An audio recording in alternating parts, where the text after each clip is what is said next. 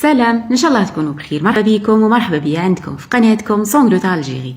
البنه مش بالضروره تكون ديما حلاوه. على جال هادشي جينا باش نحضروا مع بعض اليوم اروع كيك اسفنجي بدون غلوتين، بدون سكر وبدون زيوت مهدرجه، نظرا لطلبكم المتواصل على مثل هذه الوصفات. فرجه ممتعه. بسم الله وعلى بركة الله. لتحضير هاد الوصفة واش نحتاجو؟ في ريسيبيون حطيت 2 حبات تاع البيض اللي يكونوا بدرجة حرارة الغرفة، نضيفوا عليهم رشة تاع الملح، نطلعوا البيض تاعنا باستعمال الضراب الكهربائي. مادام الوصفة تاعنا ما فيهاش سكر فراح نعتمدوا على الرشة تاع الملح باش نضاعفوا من الحجم تاع البيض، وبارسويت حتى الكيك يجينا خفيف ويجينا مهوي. بعد ما نشوفوا انه البيض تضاعف في الحجم تاعو وتغير لونه الى اللون الفاتح، نجو نضيفوا عليه 2 ملعق كبيره تاع زيت زيتون. اكيد اذا كنتوا حابين تحضروا الوصفه في العادي تقدروا تضيفوا 2 ملعقتين تاع زيت عاديه ولا زيت نباتيه، بصح انا حبيت الوصفه هذه تكون صحيه لانه الطلب كان كثير على تجنب كل ما فيه زيوت مهدرجه. أول بديل للسكر الأبيض هو سكر التمر. حطيت ملعقة كبيرة تكون مملوءة. للأمانة مسحوق التمر أو سكر التمر من بعد ما تستعملوه الكيس يكون مفتوح ممكن يتكتل لكم، فهذا ماشي معناته أنه مسحوق التمر فسد، تقدروا فقط تصيروه وقت اللي تجو باش تستعملوه. النقطة المهمة اللي نحب نوضحها لكم بخصوص مسحوق التمر انه صح يمد حلاوه للكيك ويمد حلاوه للنوع تاع الحلويات اللي تكون بصدد انجازه، لكن في نفس الوقت ينشف السوائل، بمعنى راح يلعب الدور تاع الفارينه. اول وافضل بديل للكاكاو هو مسحوق الخروب. راح نستعمل نوعيه تاع كاروما اللي راهي بدون غلوتين واللي كامل نعرفوا القيمه الغذائيه ديالو. بالنسبه للفارينه راح نستعمل فارينة لينات خليط الحلويات، واللي تقدروا تعوضوها باي فارينه خاصه بالحلويات او فارينه ميكس بما فيها نشاء الذره او فارينة الارز او مزيج ما بيناتهم.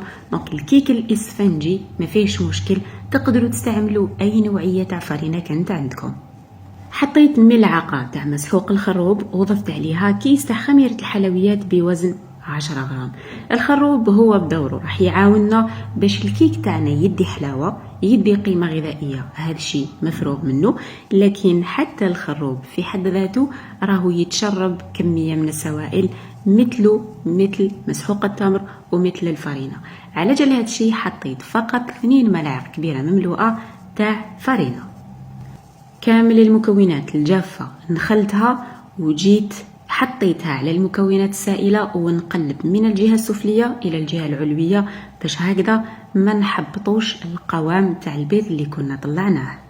نحطو الخليط داخل المول ونجو باش نساويو السطح تاعو باستعمال الكوردون ولا السكين.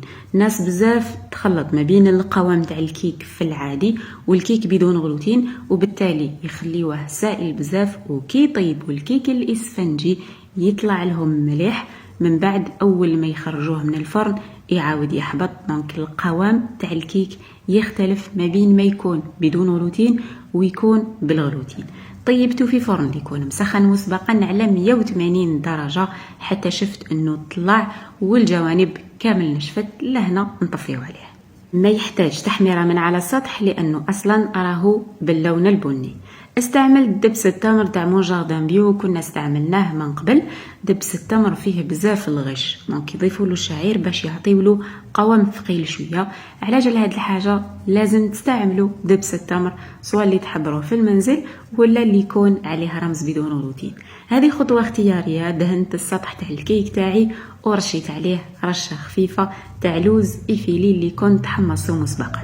إلا ما عندكمش مشكل مع السكر واذا حبيتوا تنجزوا الوصفه هذه في العادي تقدروا تحطوا لها 2 ملاعق سكر بدل سكر التمر، وتحطوا لها من الفوق كميه تاع المربى ولا العسل بدل دبس التمر. لكن أصدقكم القول أنا من بين الناس اللي يحبوا كل حاجة حلوة بالبزاف، لكن كل مرة راني نجرب وصفات بدون سكر حسيت أني راني نتعود على وصفات اللي تكون ناقصة حلاوة. المرة الماضية حضرنا حلوة صابلي شوكولا اللي كانت ناقصة بزاف في الحلاوة، لكن كانت بنينة للغاية ونفس الشيء بالنسبة للكيك تاع اليوم، جا خفيف مهوي، تحسوه لداخل وكأنه مشرب، قوام هايل. البنة اللي يعطيها الخروب بهذا الكيك هايلة بالبزاف. ننصحكم انكم تجربوها، باعتبار انه هذا الكيك يعد افضل كيك تقدروا تتناولوه الفطور الصباح مادام راهو ناقص سكر والقيمة الغذائية تاعو عالية بالبزاف. إذا حبيتوا تحتفظوا به قطعوه لقطع، وأول ما تنزل درجة الحرارة تاعو غلفوه بابي فيلم هكذا باش ما يقيسوش الهواء ويبقى محافظ على الطراوة والقوام تاعو لأطول مدة. تقدروا تعتمدوا عليه كلمجة لوليداتكم المتمدرسين لما لا، وحتى لكم انتم إذا كنتوا خدامين وإذا جاكم شغل على برا. هذه كانت وصفتنا وتدبيرتنا لنهار اليوم. صدقوني كل ما تنقصوا من نسبة السكر كل ما تحافظوا على صحتكم. ماشي لازم تكونوا مرضى السكري، وماشي لازم يكون عندكم سيلياك. الإنسان لازم يحافظ على صحته ولازم ينقص من الأبيضين كل من السكر والملح. لازم تخموا تاكلوا حاجة صحية، حاجة اللي تفيدكم ماشي الحاجة اللي تشبعكم. نتمنى أن الوصفة اللي قدمتها اليوم تكون نالت إعجابكم، ونتمنى كذلك أنكم تطبقوا الوصفة وتكونوا موافقين في تحضيرها. نحب نشوف بزاف تعليقات وتطبيقات على حسابي على الفيسبوك أو على حسابي على الانستغرام سونغلوتا الجيري.